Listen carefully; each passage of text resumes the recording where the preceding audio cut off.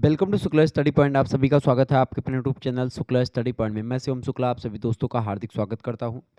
आज की वीडियो के माध्यम से हम चर्चा करेंगे गृह विज्ञान के पेपर 1 से बनने वाले बहुत ही महत्वपूर्ण अति लघुत्तरीय लघुत्तरीय और दीर्घोत्तरीय प्रश्नों के बारे में, जो कि आपकी परीक्षा की दृष्टि से बहुत ही ज़्यादा महत्वपूर्ण होंगे। अगर आप बीए के या बीएससी के 6 सेमेस्टर में हैं और आप होम साइंस सब्जेक्ट आपका है, तो आपको डाइटेस्टिक्स एंड थेरेपेटिक न्यूट्रिशन के बारे में पढ़ना होगा। इसको हिंदी में बोलते हैं डाइटेस्टिक्स का मतलब होता है डाइटेटिक्स का मतलब होता है आहार विज्ञान, और थेरेपेटिक जो न्यूट्रिशन होता है उसको उपचारात्मक पोषण कहते हैं। यानी उपचार के लिए जो दिया जाने वाला पोषण होता है किसी भी रोग में, उसी को उपचारात्मक पोषण कहते हैं। यानी कि जब आप सामान्य स्थिति में नहीं होते हैं, ऐसी स्थिति में आपको किस प्रकार का भोजन करना चाहिए, ये आपको एक प्रकार से बताया जाता है थेरेपेटिक न्यूट्रिशन में। ठीक है, तो इससे बनने वाले बहुत ही महत्वपूर्ण प्रश्नों के बारे में चर्चा करूंगा। लिखित मॉडल पेपर होगा ये। अब की बार यही प्रश्न आपकी परीक्षा में आने वाले हैं, तो आप इन प्रश्नों को तैयार कर लीजिएगा। बहुत ही महत्वपूर्ण मॉडल पेपर होगा ये। ठीक है, गृह विज्ञान बीए तृतीय वर्ष का 6वां सेमेस्टर 2024-25 का मॉडल पेपर है। पेपर 1 का मॉडल पेपर है आहार विज्ञान और उपचारात्मक पोषण।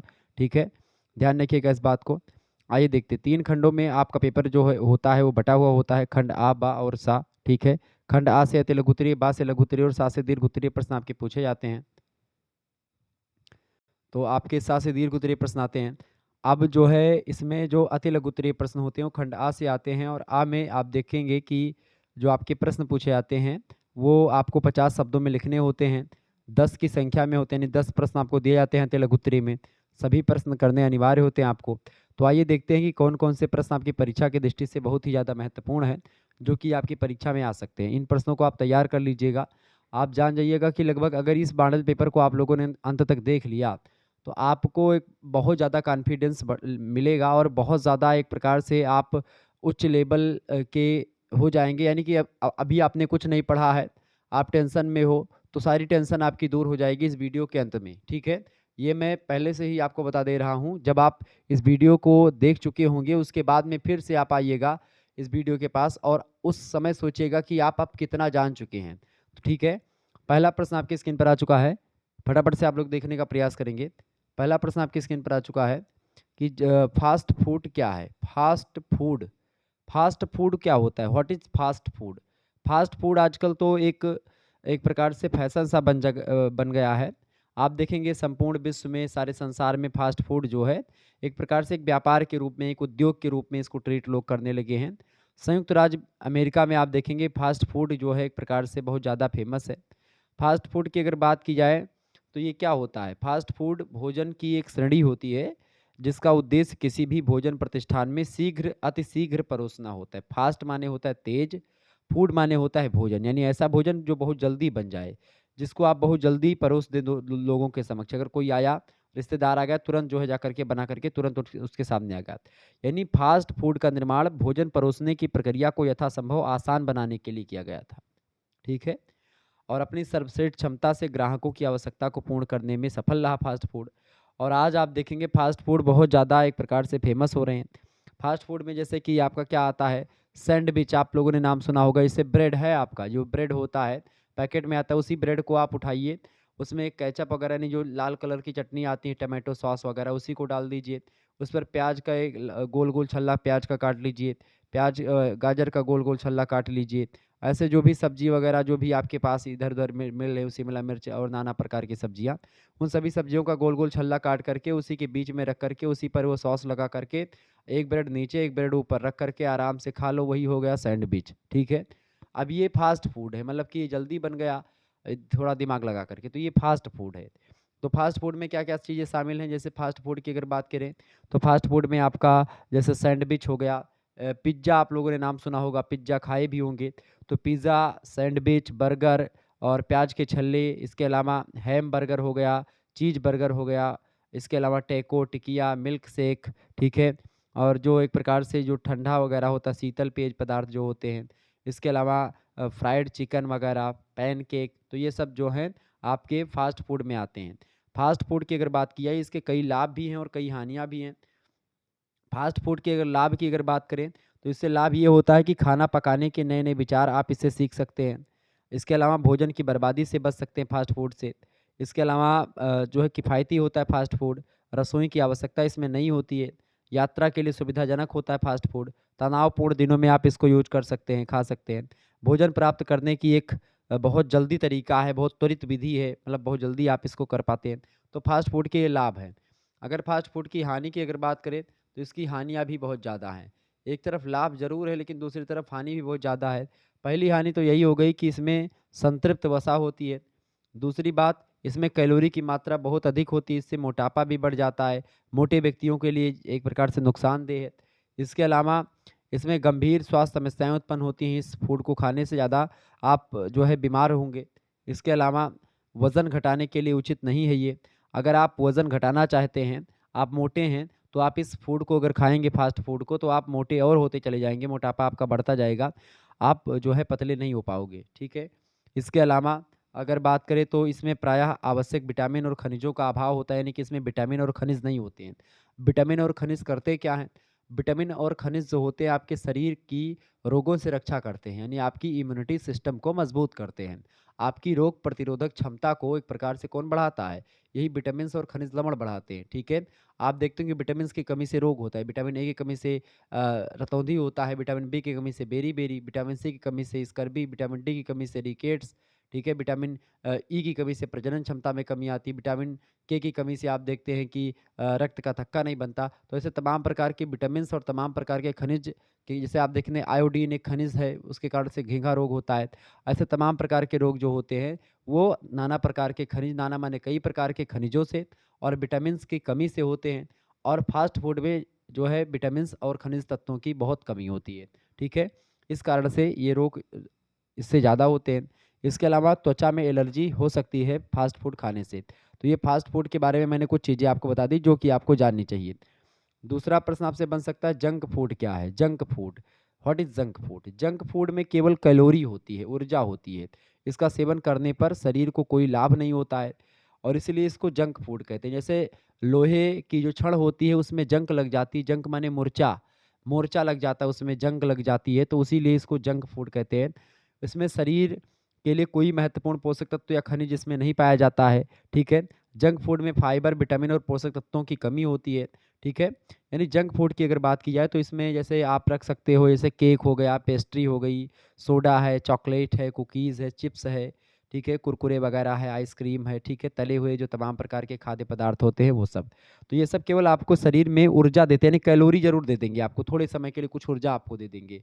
लेकिन ये एक प्रकार से आपके शरीर को बनने नहीं देंगे, यानी शरीर के लिए ये लाभदायक नहीं है, ठीक है? तो जंक फूड की अगर बात करें तो इसके लाभ क्या-क्या हैं? तो जंक फूड के लाभ भी हैं और हानियाँ भी हैं। लाभ की अगर बात करें तो लाभ इससे होता है कि खाने में स्वादिष्ट होता है जंक फूड, ठीक है? व्यावसायिक उद्देश्यों के लिए बड़ा अच्छा होता है। इसकी कीमत बहुत कम होती है। इसे बनाने में समय की बचत होती है। यात्रा के लिए अच्छा भोजन माना जाता है जंक फूड और फास्ट फूड दोनों।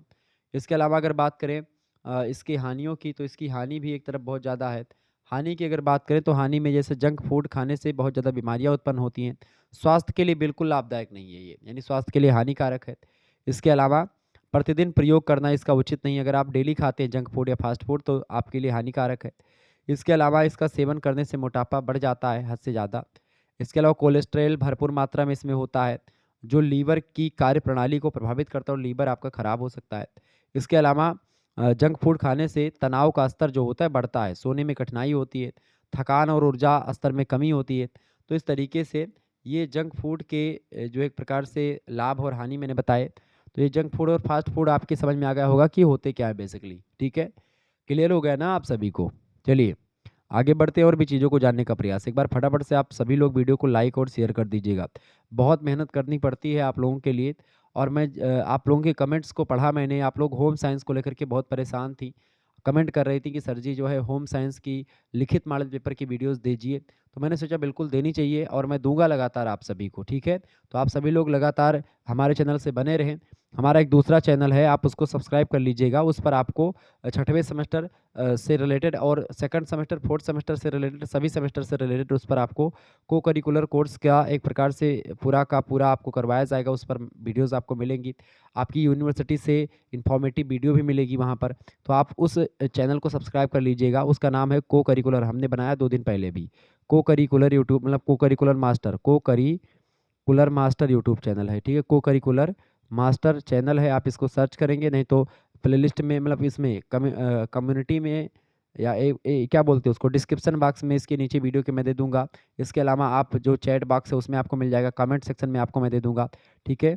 तो ये जो है को करिकुलर मास्टर नाम से यूट्यूब चैनल मैंने बनाया है, आप इसको सब्सक्राइब कर लीजिएगा। यहाँ पर को करिकुलर से रिलेटेड और आपकी यूनिवर्सिटी से रिलेटेड न्यूज़ वगैरह, इन्फॉर्मेशन, न्यू अपडेट, ये सब आपको बताई जाती हैं, ठीक है। तो चैनल को सब्सक्राइब कर लीजिएगा।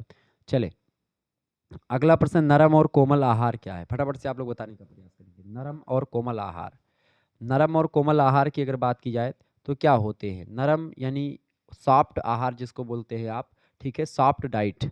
तो यह आहार जो होता है, नरम आहार, उन व्यक्तियों के लिए होता है जो रोगी सरलता से भोजन को चबा नहीं पाते या भोजन को कूचने में उनको दिक्कत होती, भोजन को चबाने में दिक्कत होती है, ठीक है।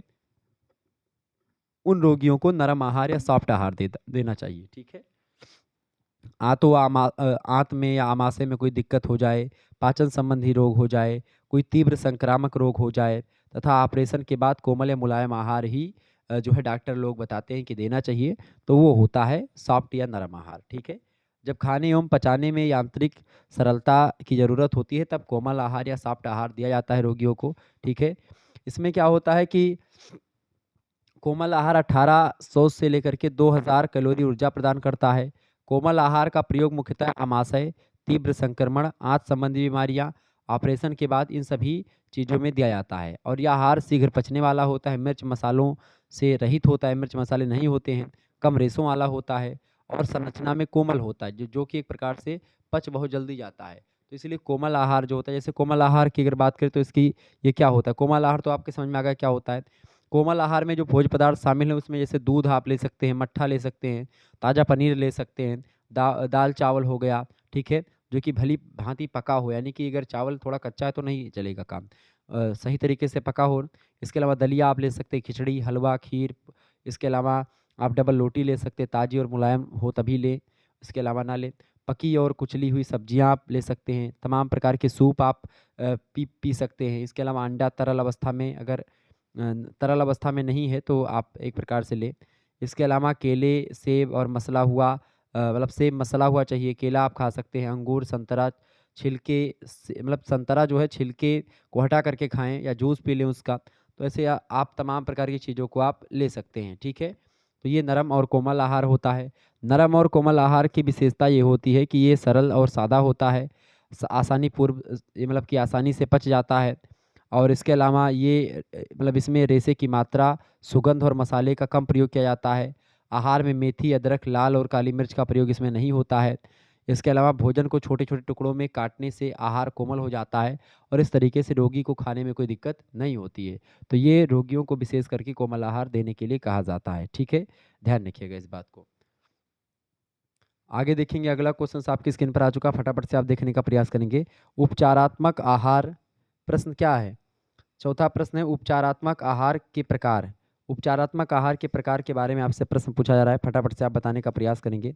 उपचारात्मक आहार के प्रकार, देखिए उपचारात्मक आहार या जो थेरेपेटिक डाइट होती है उसके बारे में अगर बताऊं, उसके कई प्रकार होते हैं, ठीक है। तो सामान्य आहार की अगर बात की जाए तो सामान्य आहार में आप देखेंगे, उसको जब सामान्य आहार जब कोई व्यक्ति ठीक ठाक होता है, स्वस्थ होता है तो उसको दिया जाता है। उपचारात्मक आहार रोगी को दिया जाता है। तो उपचारात्मक आहार में आप सामान्य दशा में व्यक्ति को जिन पोषक तत्वों को ग्रहण करता है, रोग की दशा में उन्हीं पोषक तत्वों में परिवर्तन और हेर फेर करना पड़ता है और इस तरीके से दिया जाता है। जैसे कि अगर आप जो है क्या बोलते हैं, अगर आप उपचारात्मक आहार के प्रकार की बात करेंगे तो आप कैसा पूरा का पूरा जो डाइट आपकी फिक्स होनी चाहिए, उसमें आप दोपहर मतलब सुबह सुबह क्या खाएंगे, सुबह का नाश्ता आप लगभग 8 बजे से लेकर के 9:30 बजे के बीच में कर लें। उसके बाद में दोपहर का नाश्ता आप जो है दोपहर का नाश्ता 12:30 बजे से लेकर के 2 बजे के बीच में करें। रात का खाना जो आप करें वो 8:30 से लेकर के 9:30 के बीच में करें, ठीक है। आहार के अन्य प्रकार भी होते हैं, जैसे कि कोई लोग आप देखते हैं शहरों वगैरह में प्रात की चाय की बेट्टी 5 से 7 बजे के बीच में लेते हैं।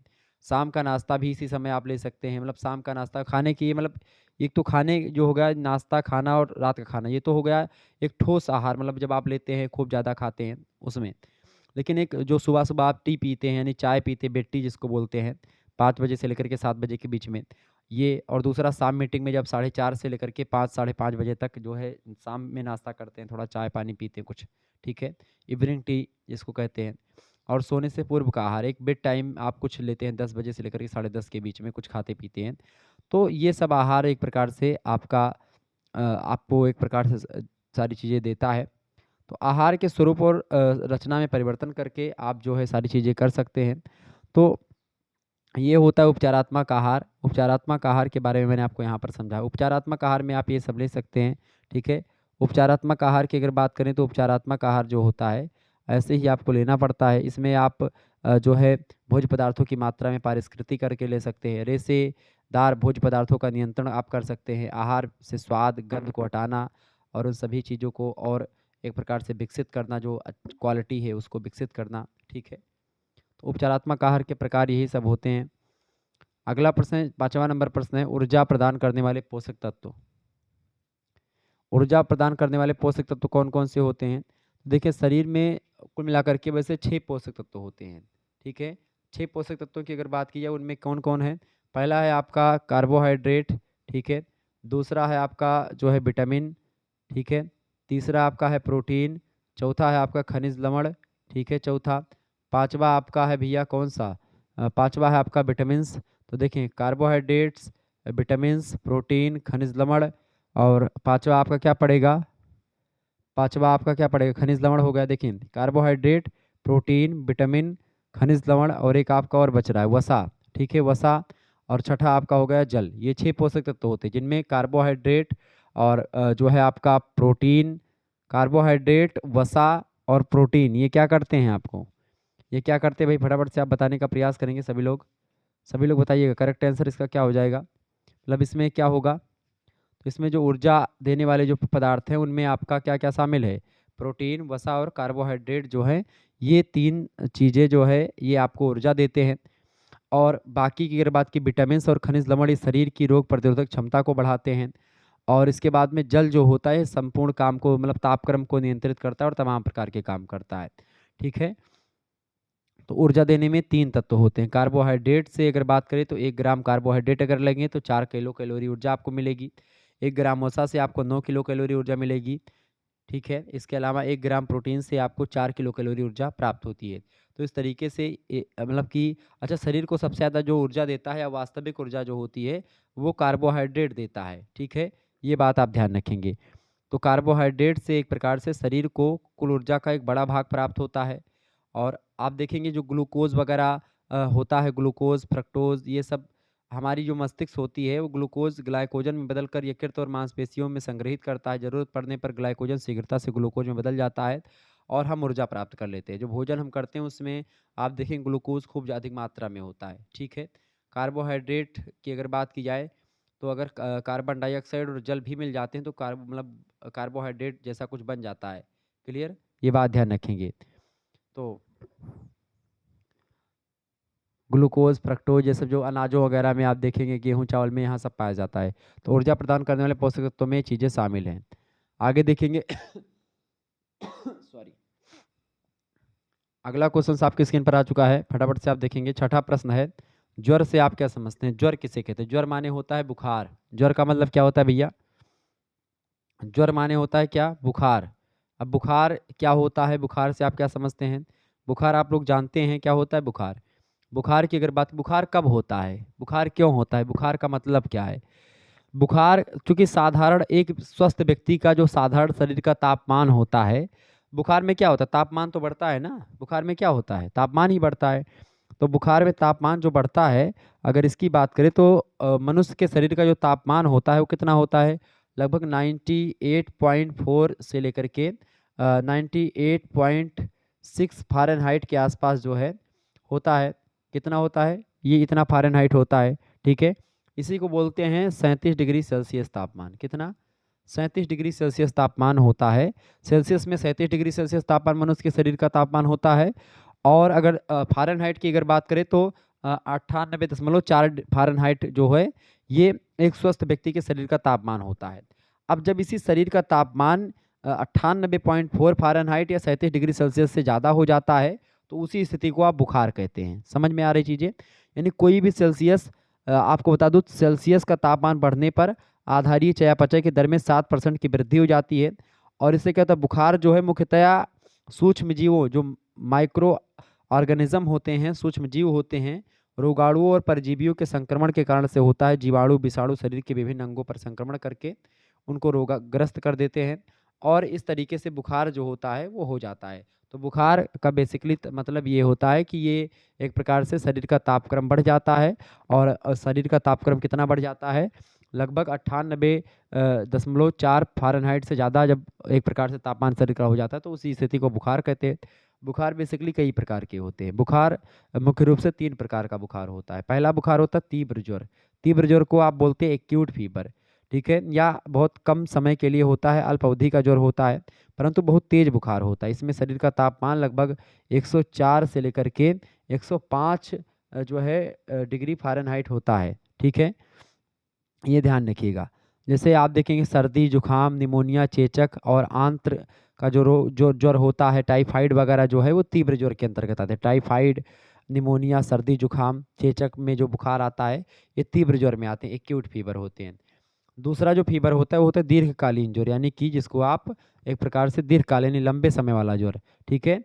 ये ज्वर एक प्रकार से इसकी तीव्रता ज़रूर कम होती है, लेकिन ये ज्वर लंबे समय तक रहता है, काफ़ी समय तक चलता है, कई महीनों तक ज्वर रहता है। अच्छा, टीबी की स्थिति में बुखार जो है ये एक प्रकार से कई वर्षों तक रहता है, तो दीर्घकालीन ज्वर टीबी की स्थिति में होता है। तीसरा जो बुखार होता है वो होता है बार-बार होने वाला बुखार या बार-बार होने वाला ज्वर, ठीक है?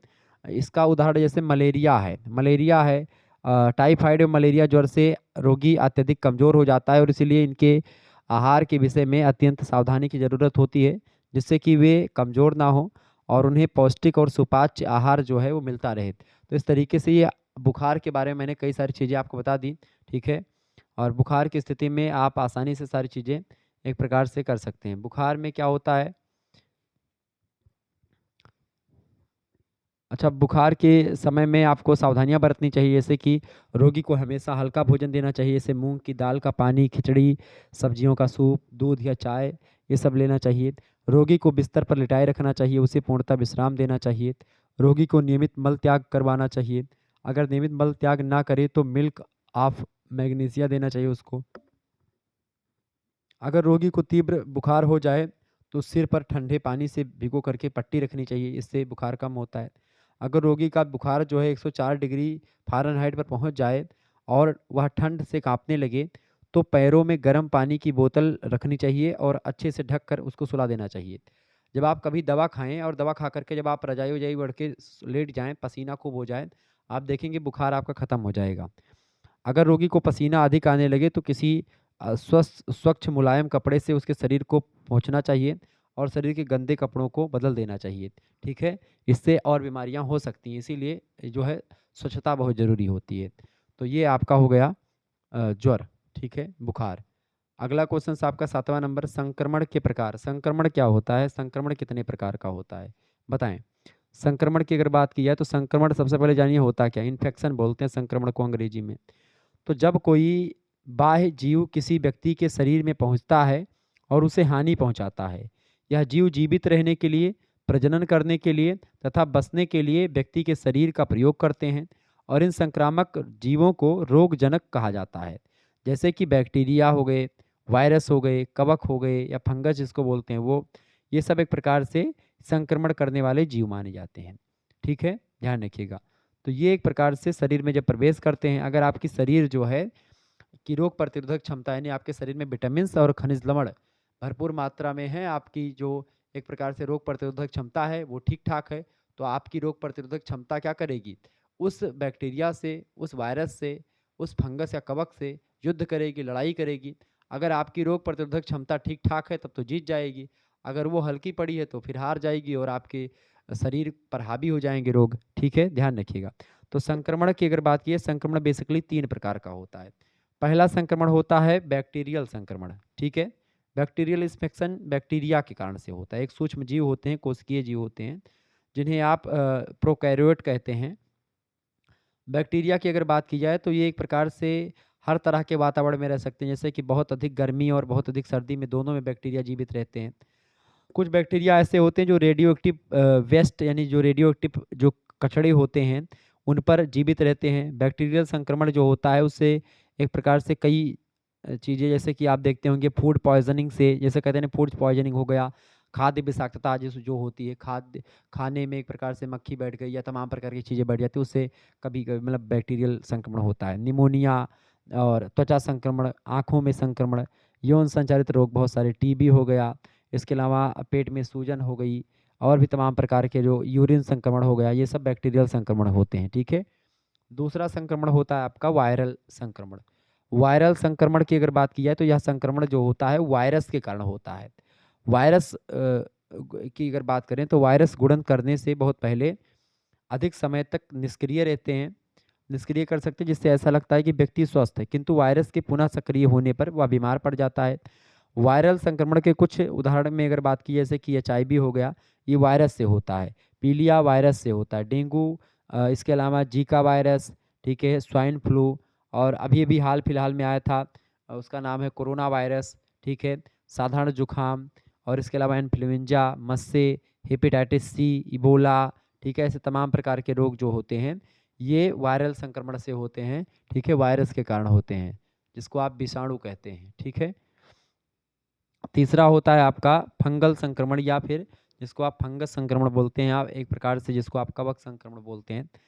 तो फंगल अधिकांशतः बहुकोशिकीय परजीवी होते हैं और शरीर में कुछ अच्छे बैक्टीरिया होते हैं जो शरीर के अंगों में सूक्ष्म जीवों का संतुलन बनाए रखते हैं।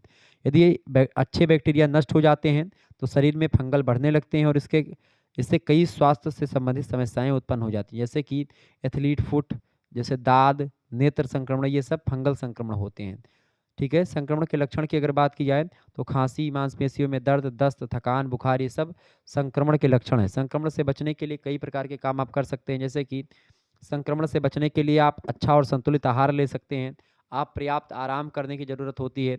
इसके अलावा जब संक्रमण से आपको बचना है तो घर के कार्य करते समय दस्ताने पहने, साफ सुथरा रहें, कच्चा खाना ना खाएं, फलों और सब्जियों को धोकर के खाएं, कच्चा दूध हुआ उससे बनी हुई चीज़ें ना खाएं, बीमार व्यक्तियों के संपर्क में ना आएँ, प्रतिदिन स्नान करें, त्वचा को सूखने व फटने से बचाने हेतु आप लोशन लगा सकते हैं, जो बॉडी लोशन होता है वो उसको आप लगा सकते हैं, ताकि आपकी त्वचा जो है एक प्रकार से सूखे ना, एकदम से जो है चिकनी त्वचा आपकी बनी रहे। ये एचआईवी और हेपेटाइटिस बी जैसे यौन संचारित रोग जो होते हैं, उसके लिए अपनी जाँच करवाएँ, ठीक है? और बीमारियों के टीके आपको लगवाने चाहिए तमाम प्रकार की। कैंची और चाकू जैसी तेज़ धार मतलब कि जो तेज़ धार वाली वस्तुएँ हैं, उनका प्रयोग करते समय सावधानी बरतें, क्योंकि कभी अगर थोड़ा-सा कट जाए, तो उससे दिक्कत होती है। तो ऐसे तमाम प्रकार के संक्रमण से आप बच सकते हैं, ठीक है। संक्रमण को जानने के लिए कई प्रकार के परीक्षण आजकल तो मौजूद हैं। एक होता है स्वैब परीक्षण। स्वैब परीक्षण जो होता है गले और शरीर के अन्य नम क्षेत्रों से एक विसंक्रमित जो स्लैब निकाला जाता है उसके माध्यम से जाँच होती है, सलाइवा जिसको बोलते हैं, लार। इसके अलावा मल का परीक्षण करते हैं, इसके अलावा इमेजिंग परीक्षण करते हैं, खून का परीक्षण होता है, यूरिन परीक्षण होता है, बायोप्सी होती है। तो ऐसे तमाम प्रकार के परीक्षण होते हैं, ठीक है। तो बायोप्सी वगैरह ये एक प्रकार से ये सब जाँच करने की यानी संक्रमण को पता लगाने की विधियाँ हैं। तो समझ में आ रही होंगी आपको, बहुत सारी चीज़ें आपको आज जानकारी नहीं मिल रही होगी, मतलब नई-नई जानकारी आपको मिल रही होगी। अगला प्रश्न है पेप्टिक अल्सर के कारण क्या होते हैं? पेप्टिक अल्सर, पेप्टिक अल्सर ना केवल भारत में बल्कि आप देखेंगे संसार के अनेक देशों में लगातार फैला है। अमाशय और भित्ति के जितने भाग में अम्ल के प्रभाव से पाचन क्रिया पूरी होती है, उतने भाग में पेप्टिक अल्सर जो होता है वो हो जाता है। घाव के हो जाने को ही अल्सर कहते हैं। जब घाव हो जाता है तो उसी को अल्सर कहते हैं। पेप्टिक अल्सर में आमाशय तथा ग्रहिणी के जो श्लेष्मिक झिल्लियाँ होती हैं, उन्हीं झिल्लियों में घाव हो जाता है और घाव हो जाने के कारण से छोटे-छोटे छेद बन जाते हैं उसमें, और आमाशय की दीवारों की जो श्लेष्मिक झिल्लियाँ होती हैं, वो धीरे-धीरे गल करके खत्म होने लगती हैं। तो पेप्टिक अल्सर में एक प्रकार से यही सारी चीज़ें होती हैं। अधिकांशतः ग्रहिणी में होता है ये, आमाशय में कमी आती है और इसके कारण से तमाम प्रकार की और बीमारियाँ हो सकती हैं। तो आमाशय पेप्टिक अल्सर की अगर बात की जाए, देखिए पेप्टिक अल्सर के कई प्रकार होते हैं। एक होता है आपका आमाशय या आमाशयिक पेप्टिक अल्सर।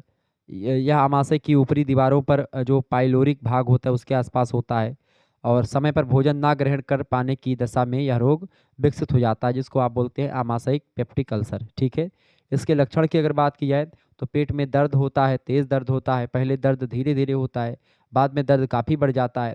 कई बार रोगी को अस्पताल पहुँचने की नौबत भी आ जाती है।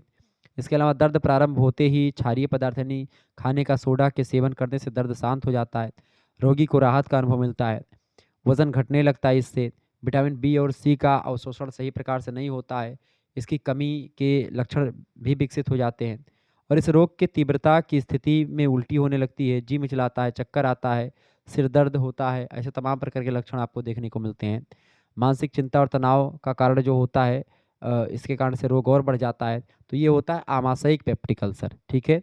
पेप्टिक अल्सर ये आपका होता है। पेप्टिक अल्सर के कई कारण होते हैं, वंशानुक्रम से, रक्त समूह से, ऐसे तमाम प्रकार के कारण होते हैं, ठीक है? तो ये आपका उसके लक्षण हो गए जो मैंने आपको बताए।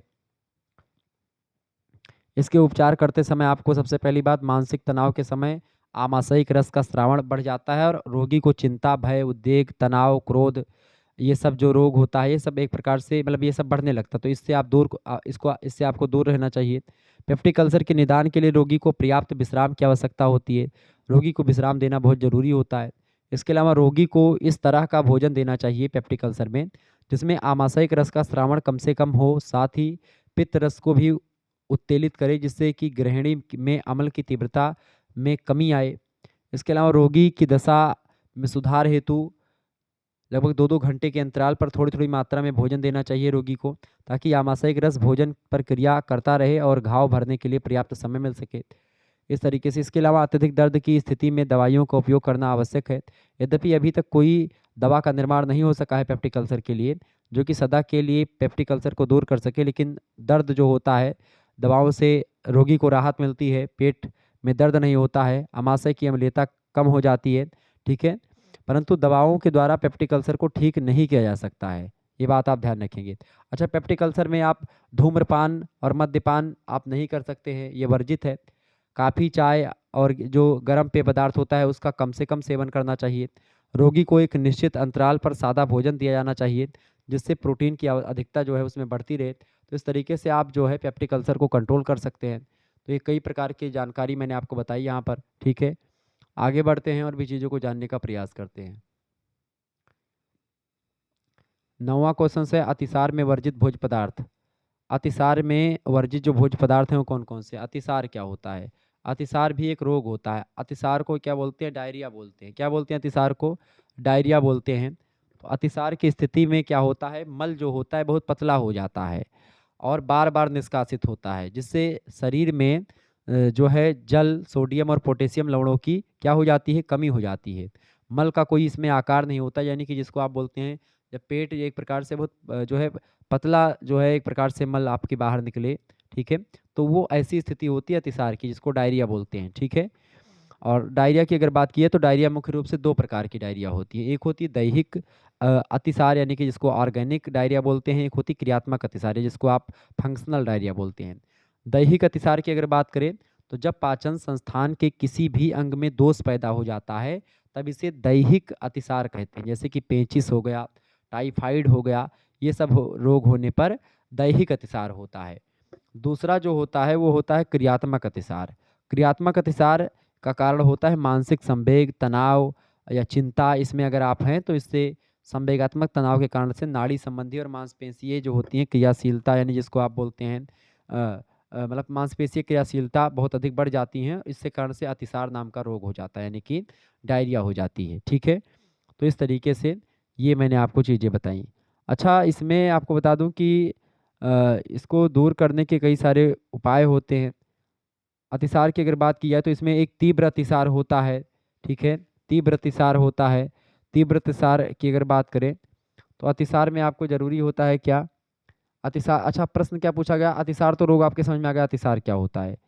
अतिसार होता क्यों है? अतिसार होता इसलिए है कि सड़े गले जब आप फल और सब्जियाँ खाएँगे तो उससे हो जाएगा।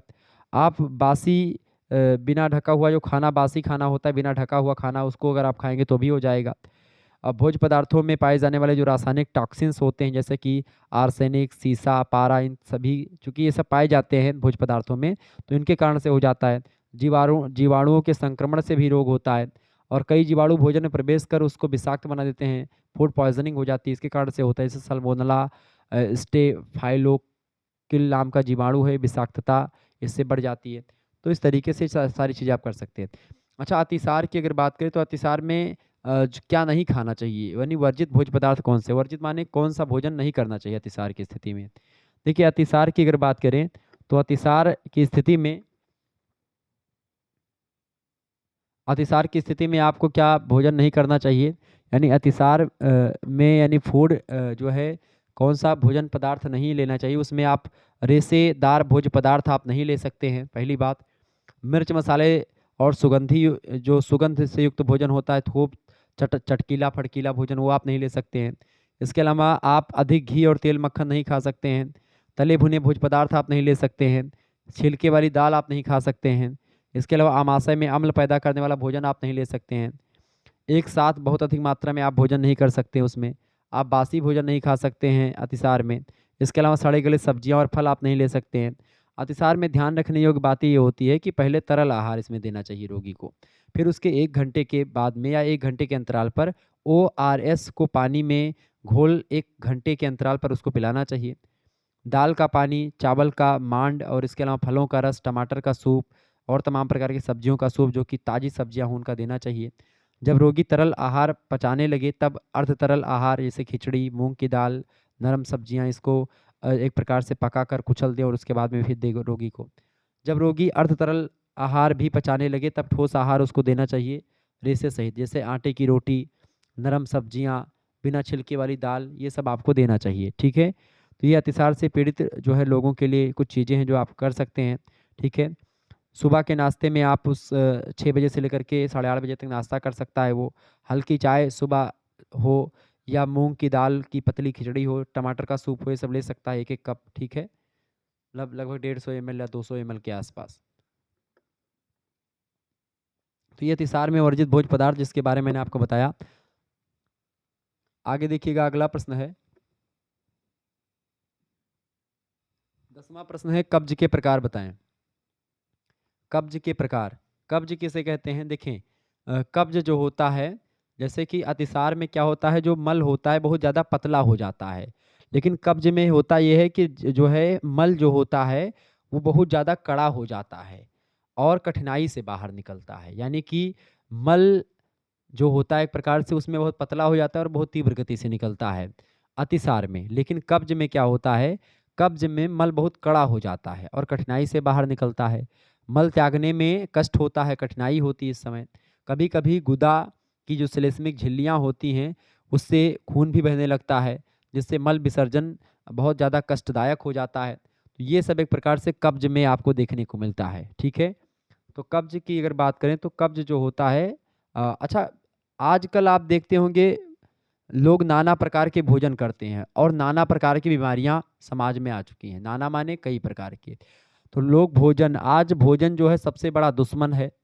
व्यक्ति का सबसे बड़ा दुश्मन कौन है? आज भोजन है। क्योंकि भोजन करने से ही बीमारियां फैलती हैं और भोजन ना करने से भी बीमारियां फैलती हैं। तो एक छुपा रुस्तम टाइप का एक दुश्मन है, ठीक है, जो जिसके बिना चलाऊं भी नहीं है, जिसके बिना आप जीवित भी नहीं रह सकते हैं और उसके अगर उसको लेते भी हैं तो आप एक प्रकार से जिंदा रहते हुए भी एक प्रकार से तमाम कष्टों का सामना करते रहते हैं। ठीक है? तो कब्ज जो होता है बेसिकली कितने प्रकार का होता है? कब्ज 3 प्रकार के कब्ज होते हैं। पहला होता है एटोनिक कब्ज, ठीक है?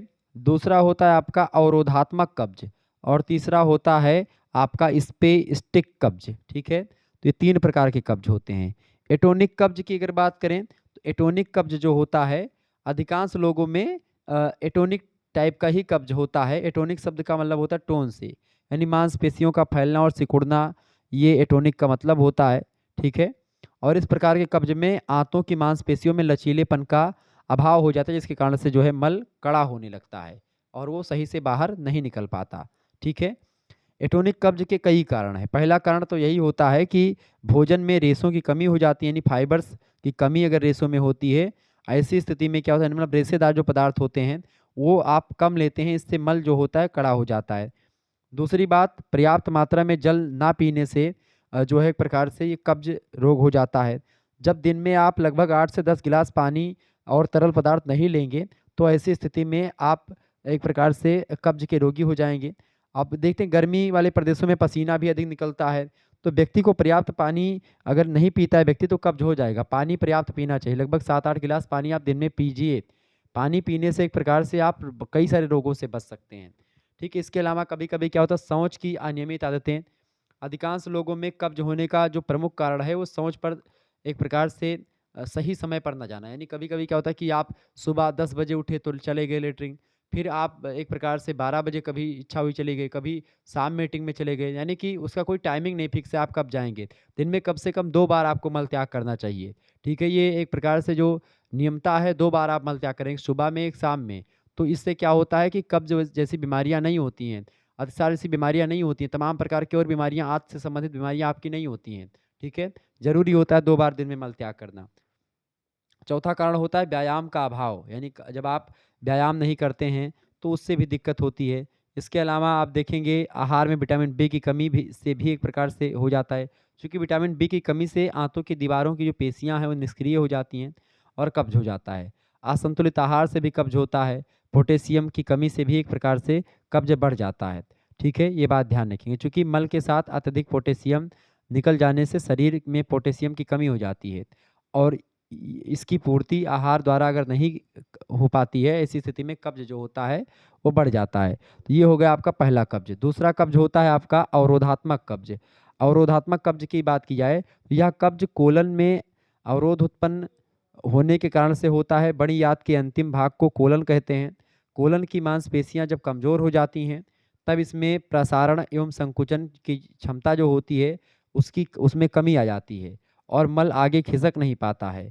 जब स्थिति यह स्थिति तब उत्पन्न होती है जब बड़ी आंत में जलन होने के कारण से वहाँ की पेशियां सूज करके लाल हो जाती हैं और उनमें घाव हो जाता है। इस कारण से मल के साथ रक्त एवं श्लेष्मा भी आने लगते हैं। यह कब्ज मुख्यतः संक्रमण के कारण से होता है। अवरोधात्मक कब्ज जो होता है ये कोलन में हानिकारक जीवाणुओं के विकसित होने से होता है। लंबी बीमारी के कारण से कभी-कभी आंत की मांसपेशियां कमजोर हो जाती हैं, जिससे संकुचन और प्रसारण की क्रिया में बाधा उत्पन्न होती है। मिर्च मसाले एवं सुगंध युक्त आहार के अधिक खाने से कब्ज हो जाता है। बासी और सड़ा गला भोजन खाने से, चाय कॉफ़ी के अधिक सेवन से, धूम्रपान और शराब के अधिक सेवन से, अधिक विश्राम तथा भरपूर नींद लेने पर भी, मतलब नींद ना लेने पर, अधिक विश्राम ना करने पर भी ये रोग जो है एक प्रकार से फैलता है। ये होता है आपका दूसरा रोग कौन सा? अवरोधात्मक कब्ज। तीसरा कब्ज होता है स्पॉस्टिक्स कब्ज। स्पॉस्टिक्स कब्ज की अगर बात की जाए तो ये एक प्रकार से इसके कई कारण होते हैं। सबसे पहली बात, जैसे जलन उत्पन्न करने वाले पदार्थ, जैसे कि आप शराब, चाय, कॉफ़ी खूब पिएँगे, ठीक है? तो इससे हो जाएगा ये रोग। मिर्च मसाले के अधिक सेवन से, चिंता, तनाव और तमाम प्रकार के मानसिक उद्वेग से एक प्रकार से ये रोग हो जाता है, ठीक है? तो ये सब कब्ज के कारण हैं। कब्ज का लक्षण क्या होता है? कब्ज में होता ये है, कब्ज में सबसे पहली बात बेचैनी होती है, सिर दर्द होता है, चक्कर आता है। देखिए, पहली बात तो ये कि कब्ज के लक्षण में क्या होता है जानते हैं? कब्ज का लक्षण जो होता है इससे इसमें बेचैनी होगी, सिर दर्द होगा, चक्कर आएगा, कार्य कोई कर रहे होंगे तो उसमें अरुचि पैदा होगी, पेट में गैस बन जाएगा, भूख नहीं लगेगी, पेट फूल जाएगा, जीभ पर सफ़ेद परत जम जाएगी। तो ये सब कब्ज के लक्षण होते हैं। अगर आपको भी ऐसी चीज़ें हैं, ऐसे लक्षण आपके शरीर में दिख रहे हैं तो जान लीजिए अब कब्ज धीरे-धीरे होने लगा है। तो कब्ज़ की अगर बात कीजिए, कब्ज़ का उपचार आप कई प्रकार से कर सकते हैं। वैसे तीनों ही प्रकार के कब्ज़ का उपचार करने का एक ही उद्देश्य है कि मल त्यागने में रोगी को परेशानी नहीं होनी चाहिए। मल ढीला हो जाए, जिससे आसानी से निकल जाए, बस यही करना होता है। और आपको बता दूँ कि इसके उपचार में कई प्रकार की चीज़ें आप कर सकते हैं, ठीक है? तो चर्चा करते रहेंगे इन चीज़ों पर, आगे बढ़िए। कोई 4 प्रश्न या 5 प्रश्न आपको करने होते हैं खंडवा से, 150 या 200 शब्दों में एक प्रकार से एक प्रश्नों को आपको लिखना होता है। लघु उत्तरीय प्रश्न है, ध्यान रखिएगा। पहला प्रश्न है, मोटापे में पोषक तत्व या संतुलित आहार बताइए। फटाफट से आप बताने का प्रयास करेंगे। मोटापे में पोषक तत्व या संतुलित आहार क्या-क्या लेना चाहिए मोटापे में? ठीक है, फटाफट से आप बताने का प्रयास करेंगे। मोटापे को अंग्रेजी में बोलते हैं ओबेसिटी। क्या बोलते हैं? ओबेसिटी। तो मोटापे में पोषक तत्व या संतुलित आहार की अगर बात करें तो मोटापे को नियंत्रित करने के लिए आधे से 1 किलोग्राम वजन को प्रतिमाह या प्रति सप्ताह घटाने अथवा कम करने का उद्देश्य रखना चाहिए। करीब 20 कैलोरी प्रति किलो आदर्श वजन, करीब 25 कैलोरी प्रति किलो आदर्श वजन, इस तरह कैलोरी प्रदान करनी चाहिए। एक मोटी गृहिणी को 800 से लगभग 100 मतलब 800 से 1000 कैलोरी देने पर एक सक्रिय शारीरिक कार्य करने वाले मोटे पुरुष के लिए लगभग 1000 कैलोरी वाला आहार देना उचित नहीं होगा। उसे संतोषजनक तरीके से वज़न कम करने की दृष्टि से लगभग 1500 कैलोरी प्रतिदिन देने से धीरे-धीरे वज़न में कमी लाई जा सकती है। ठीक है? तो इस तरीके से आप ये चीज़ें कंट्रोल कर सकते हैं। मोटापे में पोषक तत्व की अगर बात की जाए, संतुलित आहार जो देना चाहिए, उसमें आप प्रोटीन की अगर बात करें, तो प्रोटीन की अगर बात करें तो 50 ग्राम प्रोटीन पर्याप्त होती है इस रोग में। ठीक है? इसमें अधिक प्रोटीन युक्त आहार भली-भाँति क्षुधा की संतुष्टि करता है, लेकिन वह व्यय साध्य होगा और कुछ समय पश्चात उतना स्वादिष्ट भी नहीं रहेगा, इसलिए यह व्यावहारिक नहीं होता है। तो 50 ग्राम प्रोटीन से ज़्यादा आपको नहीं देना चाहिए। दूसरी बात, मोटापे में कार्बोज यानी कि मोटे व्यक्तियों के लिए कार्बोज और कार्बोहाइड्रेट का एक प्रकार से अधिक प्रयोग करना उचित नहीं है। ज़्यादा कार्बोहाइड्रेट ज़रूरी नहीं है इसके लिए। तीसरी बात, विटामिन की अगर बात करें तो विटामिन का उपयोग विशेष रूप से विटामिन सी का उपयोग शरीर की वसा को नियमित करने में सहायक होता है, क्योंकि विटामिन सी वसा अथवा चर्बी को काटता है। इसीलिए साइट्रस समूह के फल और सब्जियों का उपयोग करना चाहिए, जैसे हरी सब्जी, सलाद, फलों का एक प्रकार से उपयोग करने से पेट भी भर जाता है और उससे एक प्रकार से विटामिन्स भी आपको मिल जाती है। तो विटामिन ए और विटामिन बी भी आप ले सकते हैं इसमें, तो मोटापा कम हो सकता है। इसके अलावा वसा की अगर बात की जाए तो 100 ग्राम कार्बोहाइड्रेट, 50 ग्राम प्रोटीन युक्त आहार में 40 से 50 ग्राम वसा से अधिक उपयोग नहीं आप कर सकते हैं मोटापे में। ठीक है? इससे ज़्यादा करेंगे फिर दिक्कत होगी, यानी कि आपको फैटी चीज़ें नहीं खानी चाहिए, जैसे कि तले भुने पदार्थ, जैसे आपको चिकने पदार्थ नहीं खाने चाहिए। इसके अलावा जो खनिज तत्व होते हैं, मिनरल्स एलिमेंट्स जो होते हैं, ठीक है? रोगी को खनिज तत्व भी उचित मात्रा में देनी चाहिए, जैसे लोहा, कैल्शियम, आयोडीन अधिक महत्व के खनिज हैं। कैल्शियम को पूरा करने के लिए मक्खन रहित दूध लाभकारी, यानी मक्खन जिसमें ना हो, चिकनाई ना हो। लोहा, हरी सब्जी यानी आयरन, हरी सब्जियों और अंडों से आयोडीन की पूर्ति हेतु आयोडाइल्ड साल्ट का उपयोग करना इसमें सही माना जाता है। इसके अलावा द्रव पदार्थों में खास करके जल की मात्रा पर कोई नियंत्रण नहीं है। आवश्यकता के अनुसार जल का उपयोग आप कर सकते हैं मोटापे में, किंतु मीठे पेय पदार्थ जैसे शरबत हो गया, इसके अलावा स्वेकेवस हो गया, कोल्ड ड्रिंक है, ये सब ज़्यादा ना पिएँ तो ज़्यादा बेटर होगा।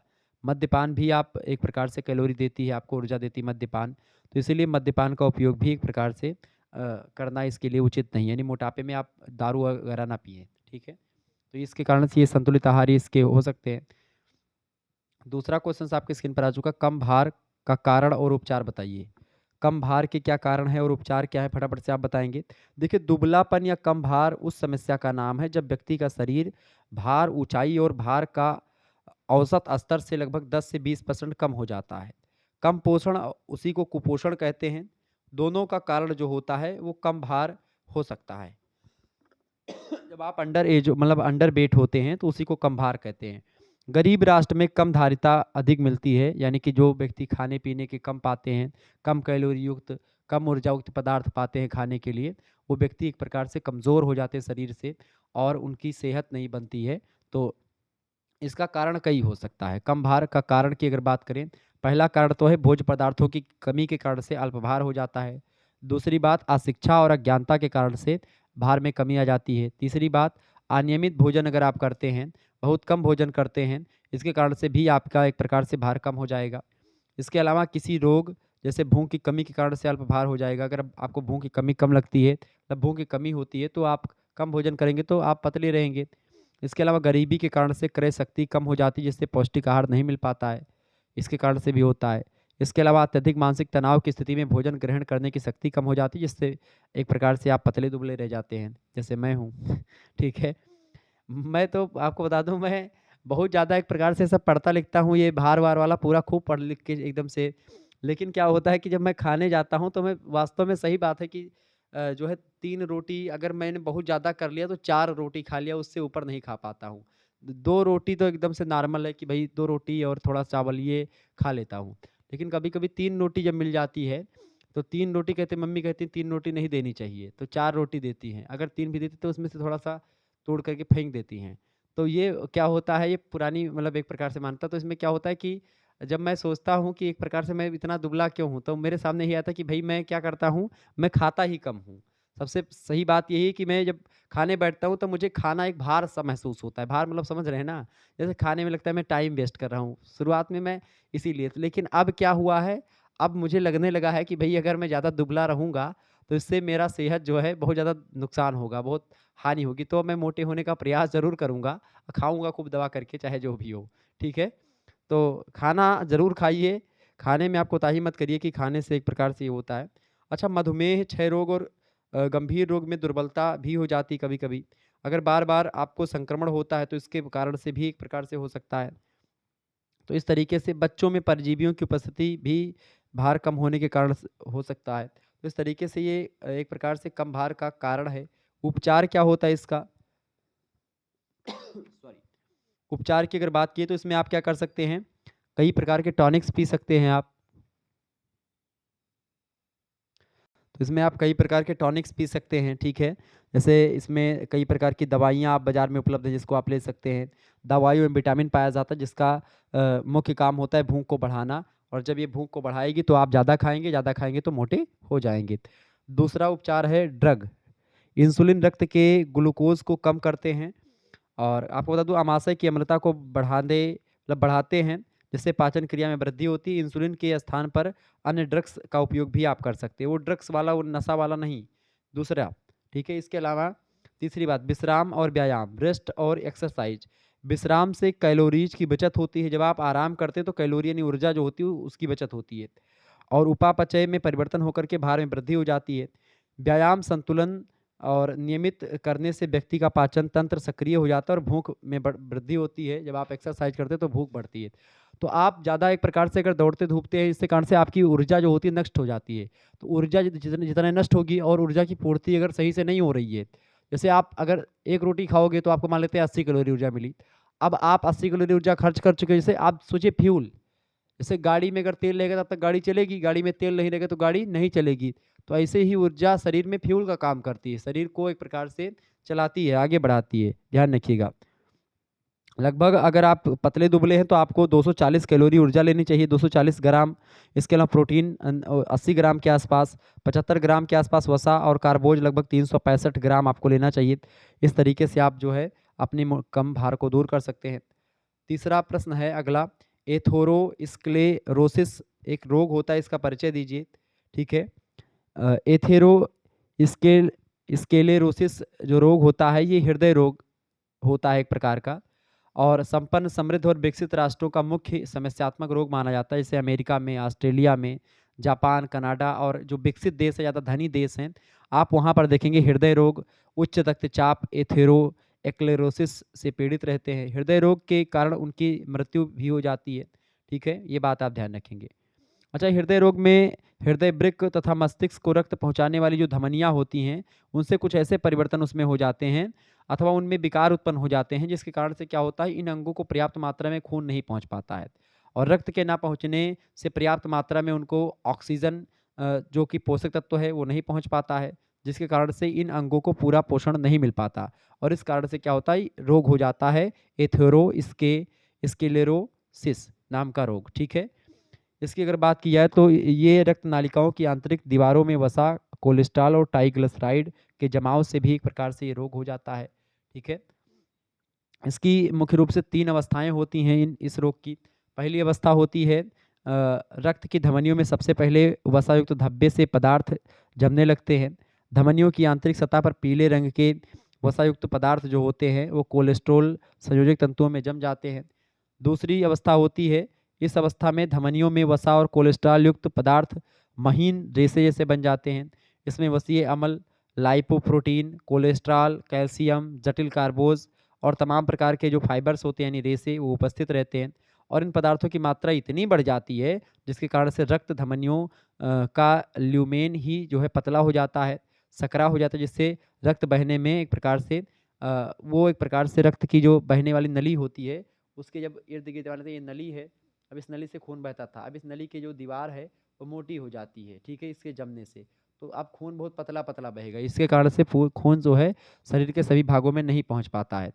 ये हो गया दूसरी अवस्था। तीसरी अवस्था होती है, इस अवस्था में धमनियों में जमे हुए वसा, कोलेस्ट्रॉल, स्टार्च आदि पदार्थ कुछ नरम मतलब उसके नरम और कोमल हो जाते हैं। धमनी में घाव हो जाता है, इस कारण से धमनियों की आकृति बिगड़ जाती है। घाव के निचले भाग में रेशेदार पदार्थों तथा कैल्शियम का जमाव हो जाता है। रक्त प्रवाह की क्रिया को प्रभावित करता है। रक्त प्रवाह के बाद रक्त का थक्का बन जाता है और इसका प्रतिकूल प्रभाव हृदय पर पड़ता है। क्योंकि हृदय ही पंपिंग करता है, खून को भेजता है, तो रक्त का थक्का मस्तिष्क की धमनियों में आकर के अटक जाता है, तो मस्तिष्क को रक्त नहीं मिलता और मस्तिष्क में रक्त स्राव ना होने से क्या होता है, मृत्यु तक हो जाती है व्यक्तियों की। तो इस तरीके से ये एक प्रकार से ये एथेरो स्केलोरेसिस नाम का रोग जो है, ये बड़ा खतरनाक रोग होता है। अगला प्रश्न चौथा नंबर, उच्च रक्तचाप में भोज्य पदार्थों की आवश्यकता को समझाइए। उच्च रक्तचाप का मतलब क्या होता है, हाई ब्लड प्रेशर, हाइपरटेंशन जिसको बोलते हैं। ब्लड प्रेशर होता है रक्तचाप, उच्च रक्तचाप मतलब हाइपरटेंशन जिसको बोलते हैं, या धमनियों की दीवारों पर पड़ने वाला एक दबाव होता है, जैसे रक्तचाप या रक्तदाब कहते हैं, ब्लड प्रेशर कहते हैं इसको अंग्रेजी में, ठीक है, बीपी जिसको आप बोलते हैं, ठीक है। समझ रहे हैं चीज़ों को। तो इसमें भोज्य पदार्थों की क्या आवश्यकता होती है, प्रश्न पूछा गया है। तो उच्च रक्तचाप में भोज्य पदार्थों की अगर बात की जाए तो इसमें आप कैलोरी की अगर बात करें, कैलोरी तो रोगी व्यक्ति जो है उसको आयु, लिंग और वजन तथा शारीरिक क्रियाशीलता के अनुसार कैलोरी की पर्याप्त मात्रा दी जानी चाहिए। परंतु मोटापा से ग्रस्त उच्च रक्तचाप के रोगी को दैनिक आवश्यकता से 5-10% कैलोरी कम देनी चाहिए। ऊर्जा रहित पदार्थ उसको कम देना चाहिए मोटे व्यक्तियों को, अगर उच्च रक्तचाप है यानी हाई ब्लड प्रेशर है तो। दूसरा, प्रोटीन की अगर बात करें तो व्यक्ति के लिंग, आयु, वजन और क्रियाशीलता के अनुसार पर्याप्त मात्रा में प्रोटीन देना चाहिए। इसके अलावा वसा की मात्रा कम देनी चाहिए, जैसे कि घी, मक्खन, अंडा, मांस, मछली, इन सभी का उपयोग कम करना चाहिए उच्च रक्तचाप में, ठीक है। इसमें आप कर सकते हैं सरसों का तेल, मूंगफली का तेल, सूरजमुखी का तेल, सोयाबीन का तेल का प्रयोग आप कर सकते हैं, ये एक प्रकार से जायज़ है। तीसरी बात, इसमें आप कार्बोज का प्रयोग अगर बात करें तो सुगमता और सांद्रता से पचने वाले आहार ही देना चाहिए, ऐसे कार्बोज लें। सोडियम की बात करें तो रोगी को एक सोडियम युक्त आहार दिया जाना चाहिए, ऊपर से नमक नहीं खाना चाहिए, ठीक है। सोडियम युक्त पदार्थ लें, नमक ऊपर से ना खाएं, ये उच्च रक्तचाप में। इसके अलावा पोटेशियम की अगर बात करें तो सोडियम रहित आहार खाने से शरीर में पोटेशियम की कमी हो जाती है, अतः पोटेशियम की पूर्ति फलों के रस और पोटेशियम लवण, पोटेशियम साइट्रेट से की जा सकती है। तो इस तरीके से आप कर सकते हैं, आराम करके आप दवाइयों को खा करके आप जो है इस रोग से निजात पा सकते हैं। उच्च रक्तचाप के रोगियों की अगर बात की जाए तो वसा रहित दूध आप 50 ग्राम ले सकते हैं, अनाज आप 30 ग्राम ले सकते हैं, वनस्पति तेल 30 ग्राम, वनस्पति तेलों में तिल, सूरजमुखी या सोयाबीन का तेल होना चाहिए। नमक आप मक्खन रहित 10 ग्राम के आसपास ले सकते हैं, ठीक है। इसके अलावा आलू आप 100 ग्राम के आसपास ले सकते हैं दैनिक आहार में, फल 300 ग्राम के आसपास, हरी पत्तेदार सब्जियां 100 ग्राम, संतरे का रस लगभग 400 ग्राम, शक्कर जैम आप लगभग 40 ग्राम ले सकते हैं, ठीक है। इस तरीके से आप आसानी से इन चीज़ों को ले सकते हैं, जिससे आपका उच्च रक्तचाप कंट्रोल होगा। पांचवा क्वेश्चन आपकी स्क्रीन पर आ चुका, फटाफट से आप देखने का प्रयास करेंगे, इंपॉर्टेंट प्रश्न है, ऐसे प्रश्न आपकी परीक्षा में आते रहते हैं, ध्यान रखिएगा।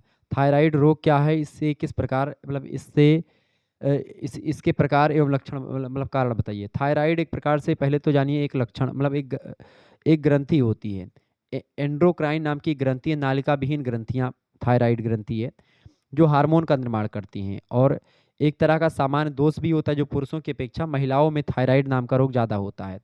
थायराइड की अगर बात की जाए तो ये दो प्रकार का होता है, एक होता है हाइपर थायराइड, एक होता है हाइपोथायराइड। हाइपर थायराइड की अगर बात की जाए, हाइपर थायराइड की अगर बात की तो इसके लक्षण की अगर बात की सिम्टम्स की, तो इससे क्या होती है, हाइपर थायराइड के लक्षण में आप देख घबराहट होती है, चिड़चिड़ापन होता है, अधिक पसीना आता है, भूख अधिक लगती है, वजन कम हो जाता है, दिल की धड़कन बढ़ जाती है, ठीक है, मांसपेशियों में कमजोरी हो जाती है, दर्द हो जाता है, आपको नींद कम आती है, तो ये सब हाइपर थायराइड के लक्षण है। हाइपोथायराइड की अगर बात की जाए तो हाइपोथायराइड जो होता है वो उसके लक्षण की अगर बात करें तो उसमें कब्ज, डिप्रेशन होना, हमेशा थकान महसूस करना, स्मृति कमजोर हो जाना, बाल अधिक झड़ना, चेहरे और आंखों पर सूजन हो जाना, धड़कन की गति धीमी हो जाना, जोड़ों का दर्द और मांसपेशियों का अकड़ना। इसके अलावा पीरियड्स की अनियमितता, यानी कि जो महिलाओं में पीरियड्स आते हैं वो एक प्रकार से रुक जाएं या थोड़े दिन बाद आएँ, उनका जो टाइमली जो होता है पीरियड्स आते हैं वो टाइमली ना आए, रुक रुक करके आएँ, ठीक है, 2 दिन बाद में आए या पहले आ जाएँ ऐसे। रक्त में कोलेस्ट्रॉल बढ़ना, ये सब हाइपोथायराइड के लक्षण है। पसीना कम आना। थायराइड का उपचार आप कर सकते हैं, सबसे पहली बात घरेलू उपचार में आप नारियल पानी ले सकते हैं, आप लौकी एक प्रकार से आप अगर खाली पेट लौकी का जूस पिए तो इससे मुक्ति मिल सकती है। आप हल्दी अगर हल्दी में चूँकि करक्यूमिन नामक तत्व होता है, जो थायराइड को नियंत्रित करने में सहायक होता है। इसलिए सदैव रात्रि को सोने से पहले जो है हल्दी का दूध अगर पीते हैं तो थायराइड जो है रोग जो होगा वो ख़त्म हो जाएगा। हरा धनिया आप ले सकते हैं, ठीक है। तुलसी का एक प्रकार से पत्ता आप ले सकते हैं, थायराइड के लिए ज़रूरी है। आयोडीन आप ले सकते हैं, चूँकि थायराइड के मरीजों को आयोडीन का सेवन अधिक मात्रा में करना चाहिए। जैसे प्याज, लहसुन और टमाटर अच्छे स्रोत होते हैं आयोडीन के। थायराइड के मरीजों के लिए आहार की अगर बात करें तो कम मसाला वाले भोजन करना चाहिए, ठीक है। और इसके अलावा अपने भोजन में फल और सब्जियों को अधिक से अधिक सम्मिलित करना चाहिए। दूध, दही से एक प्रकार से जो बने पदार्थ हैं उनको खाना चाहिए। आयोडीन से युक्त आहार को आपको लेना चाहिए। तो ये सब थायराइड रोग के लिए इम्पोर्टेंट है। छठा प्रश्न है, मधुमेह क्या है, कारण बताएं। मधुमेह भी एक रोग है। मधुमेह क्या होता है, एक रोग होता है भैया। मधुमेह की अगर बात करें तो उसको डायबिटीज़ बोलते हैं अंग्रेजी में। मधुमेह भारत का ही नहीं बल्कि एक समस्या पूरे के पूरे संसार के लिए बना हुआ है। और मधुमेह रोगियों की संख्या लगातार शरीर मतलब बढ़ती जा रही है।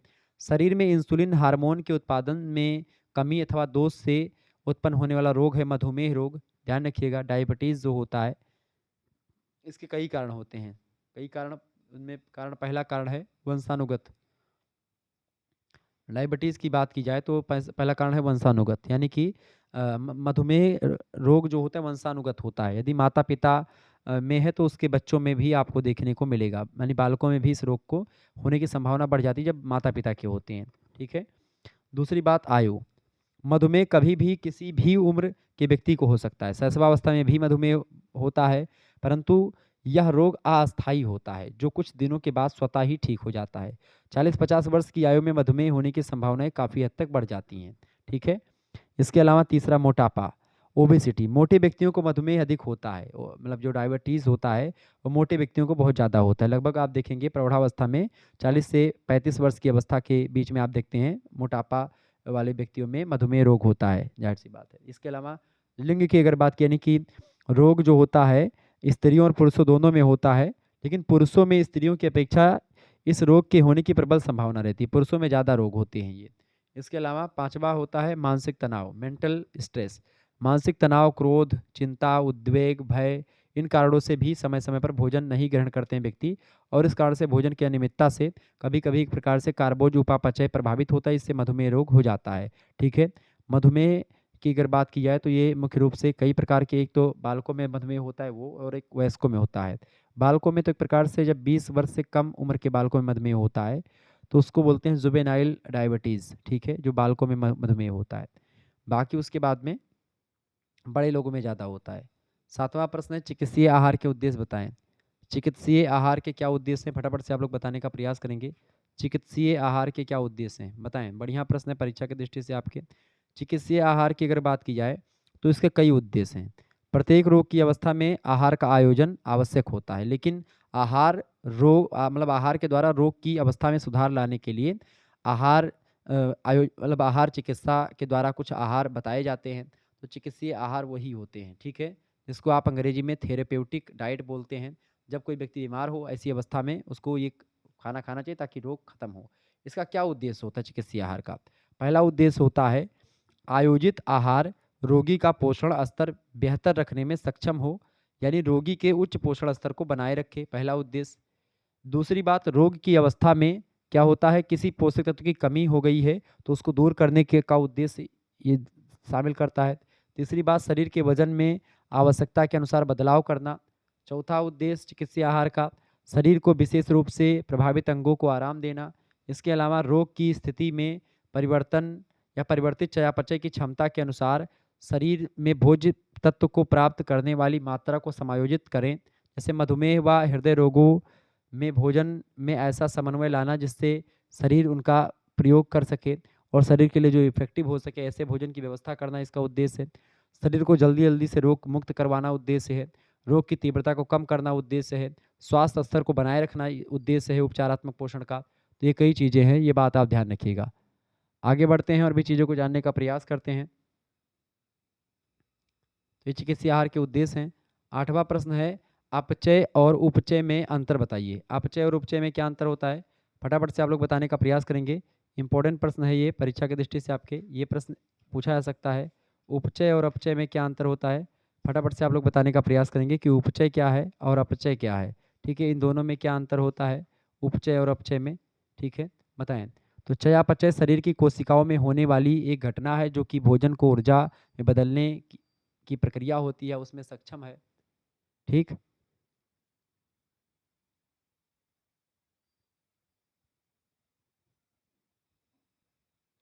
तो उपचय और अपचय जो होता है, ये चयापचय के दो प्रकार होते हैं। चयापचय को दो भागों में बांटा जाता है। ठीक है, चयापचय की प्रक्रिया मनुष्यों में भी होती है, जानवरों में भी होती है। चयापचय की प्रक्रिया के द्वारा क्या होता है, जो भोजन आप खाते हैं वो भोजन एक प्रकार से ऊर्जा जो शरीर को देता है, वो एक प्रकार से ऊर्जा देने की प्रक्रिया भी हो सकती है। शरीर में जो तमाम प्रकार के प्रोटीन्स, खनिज लवण जो भोजन में पाए जाते हैं, वो उसके उचित स्थान तक पहुंचाता है चयापचय। ठीक है, अब चयापचय में दो क्रियाएं होती है, एक होता है अपचय और एक होता है उपचय। जो अपचय होता है उसको बोलते हैं कैटाबोलिज्म, और जो उपचय होता है उसको बोलते हैं एनाबोलिज्म। ठीक है, तो जो अपचय होता है ये मुख्यतः बड़े अणुओं में तोड़ने में सम्मिलित होता है, और इस प्रक्रिया में यह ऊर्जा मुक्त करता है। अपचय ऊर्जा को मुक्त करता है, और जो उपचय होता है ये छोटे अणुओं से अणुओं के निर्माण में सम्मिलित होता है, और इस प्रक्रिया में ऊर्जा की जरूरत होती है। ठीक है, अंतर देखें, पहला अंतर ये है, अपचय जो होता है इस प्रक्रिया में शरीर कई गतिविधियों में ऊर्जा छोड़ता है। उपचय में क्या होता है, शरीर को उपापचयी स्थिति बनाए रखने हेतु ऊर्जा की जरूरत होती है। दूसरा अंतर है कि अपचय के लिए ऑक्सीजन की जरूरत होती है, और उपचय प्रक्रिया में अपचय की अपेक्षा कम मात्रा में ऑक्सीजन की जरूरत होती है। अपचय की अगर बात करें तो एक रासायनिक प्रक्रिया है जो जटिल अणुओं को छोटे अणुओं में तोड़ने पर ऊर्जा छोड़ती है, अपचय होता है। उपचय जो होता है शरीर में कोशिकाओं के निर्माण हेतु एवं अणुओं के निर्माण हेतु प्रयोग की जाने वाली एक प्रक्रिया होती है। इसके अलावा जो चौथा अंतर है वो ये है कि इस प्रक्रिया में ऊर्जा का रूपांतरण स्थितिज ऊर्जा से गतिज ऊर्जा में होता है, अपचय में यानी कैटाबोलिज्म में। एनाबोलिज्म की अगर बात करें तो एनाबोलिज्म में क्या होता है, इसमें ऊर्जा का रूपांतरण गतिज ऊर्जा से स्थितिज ऊर्जा में होता है। पांचवा अंतर ये होता है कि अपचय चयापचय की विनाश प्रक्रिया में सम्मिलित है, और उपचय चयापचय की प्रक्रिया में निर्माण प्रक्रिया में सम्मिलित होता है। और अपचय प्रक्रिया की अगर बात करें तो अपचय प्रक्रिया जो होती है उसमें वसा और कैलोरी जलाने में सहायता करती है, वसा और कैलोरी को जलाने में सहायता करती है, जबकि उपचय प्रक्रिया मांसपेशियों की वृद्धि में सहायक करती है। तो इस तरीके से सब अंतर आप लिख दीजिएगा तो आपको नंबर मिल जाएंगे। आगे बढ़ते हैं, अगला क्वेश्चन आपके स्क्रीन पर आ चुका, फटाफट से आप लोग देखने का प्रयास करेंगे। कोई दो प्रश्न आपको करने होते हैं खंड 7 से। 450 या 500 शब्दों में आपको इन प्रश्नों को लिखना है, ये बात ध्यान रखेंगे। दीर्घ उत्तरीय प्रश्न है। पहला प्रश्न है, रोग अवस्था में रोगों को किन विधियों के द्वारा आहार दिया जाता है, वर्णन कीजिए। रोगी को बताएं, रोगी को रोग की अवस्था में रोगी को किन विधियों के द्वारा आहार दिया जाता है, वर्णन कीजिए। बहुत ही बढ़िया प्रश्न है, परीक्षा में आ सकता है। अगला प्रश्न आप देखेंगे, आहार में परिवर्तन लाने की विभिन्न विधियां कौन सी हैं, वर्णन कीजिए। तो आहार में एक प्रकार से परिवर्तन लाने की कई सारी विधियां हैं, उन्हीं विधियों के बारे में आपको बताना है। ठीक है, इसके बारे में चर्चा करता रहूँगा मैं। आगे देखेंगे, अगला प्रश्न है, और भी मॉडल पेपर मैं दूंगा जल्द ही। अगला प्रश्न है, आधारीय चयापचय दर से आप क्या समझते हैं, आपका क्या तात्पर्य है। मानव शरीर में ऊर्जा व्यय के मापन की विधियों का वर्णन कीजिए। जो मैंने अभी अभी आधारीय चयापचय बताया उसी से रिलेटेड है ये। अगला प्रश्न, ज्वर तीव्र की अवस्था में किस तरह का आहार दिया जाना उचित है, प्रत्येक स्थिति में आहार तालिका भी बनाइए। तो ये सब प्रश्न आपकी परीक्षा की दृष्टि से बेहद ही महत्वपूर्ण है, आप इन प्रश्नों को तैयार कर लीजिएगा, आपके लिए बहुत ही महत्वपूर्ण है। तो ये चार प्रश्न दीर्घ उत्तरीय के हैं। एक तो रोग अवस्था में रोगों को किन विधियों में या किन विधियों के द्वारा उपचार दिया जाता है, ये विधियों आपको पढ़ लेनी है। आहार में परिवर्तन लाने की विभिन्न विधियाँ क्या हैं, इसको आपको पढ़ लेना है। इसके अलावा आधारीय चयापचय दर से आपका क्या तात्पर्य है, मानव शरीर में ऊर्जा व्यय के मापन की कौन सारी विधियां हैं, उसको पढ़ लेना है। इसके अलावा ज्वर जो होता है यानी बुखार जो है, जो तीव्र बुखार होता है, मैंने बुखार के कई प्रकार बताए थे, तो उस अवस्था में, तीव्र बुखार की अवस्था में किस तरह का आहार व्यक्ति को या रोगी को दिया जाना चाहिए। प्रत्येक स्थिति में आहार तालिका, यानी कि प्रत्येक स्थिति मतलब कि सुबह शाम पूरा एक व्यवस्थित आहार तालिका आपको बनानी है इसमें। तो इस तरीके से चार क्वेश्चन आपके लिए बहुत ही महत्वपूर्ण है, ध्यान रखिएगा इसको। और आपको बता दूं कि अगर आप भूगोल पढ़ते हैं यानी ज्योग्राफी आपका सब्जेक्ट है, तो ज्योग्राफी का पेपर 1 का लिखित मॉडल पेपर ऑलरेडी अवेलेबल करवा चुका हूं मैं, आप इसको भी देख लीजिएगा। ज्योग्राफी ऑफ इंडिया आपके पेपर 1 में भूगोल के संकलित है, तो आप ये मॉडल पेपर देख लीजिएगा, बहुत महत्वपूर्ण है। BS6 सेमेस्टर में आपको यही पढ़ना है। ठीक है, तो इसका लिखित model paper, objective model paper दोनों अवेलेबल हैं, आप देख लीजिएगा। राजनीति शास्त्र के लिखित मॉडल पेपर की आप लगातार डिमांड कर रहे थे, मांग कर रहे थे, आप इसको भी देख लीजिएगा। देखें, इंडियन पॉलिटिकल थॉट आपके पेपर 1 का नाम है, लिखित मॉडल पेपर है, इसको देख लीजिएगा। और ऑब्जेक्टिव मॉडल पेपर भी दोनों पेपर के आपके अवेलेबल हैं। आप हिंदी के पेपर 1 का लिखित मॉडल पेपर और ऑब्जेक्टिव दोनों में अवेलेबल हैं, आप देख लीजिएगा। तो ये लिखित मॉडल पेपर है। भाषा विज्ञान, हिंदी भाषा और देवनागरी लिपि जिसमें आपको पढ़नी है, तो हिंदी का जो है मॉडल पेपर, पॉलिटिकल साइंस का मॉडल पेपर और ये भूगोल का मॉडल पेपर, इसके अलावा आपका होम साइंस का हो चुका है। सोशियोलॉजी का मॉडल पेपर आपका तैयार हो रहा है, ठीक है। इतिहास का तैयार हो रहा है। ऐसे अन्य सब्जेक्ट का और जो बच रहे हैं आपके, उनका तैयार हो रहा है, जल्दी आपके समक्ष वो भी आएगा, ठीक है। आज आप लोगों ने गृह विज्ञान का पेपर 1 देख लिया। अब नेक्स्ट वीडियो में पेपर 2 के बारे में चर्चा करेंगे। अच्छा, पेपर 2 में गृह विज्ञान के क्या पढ़ना है आपको?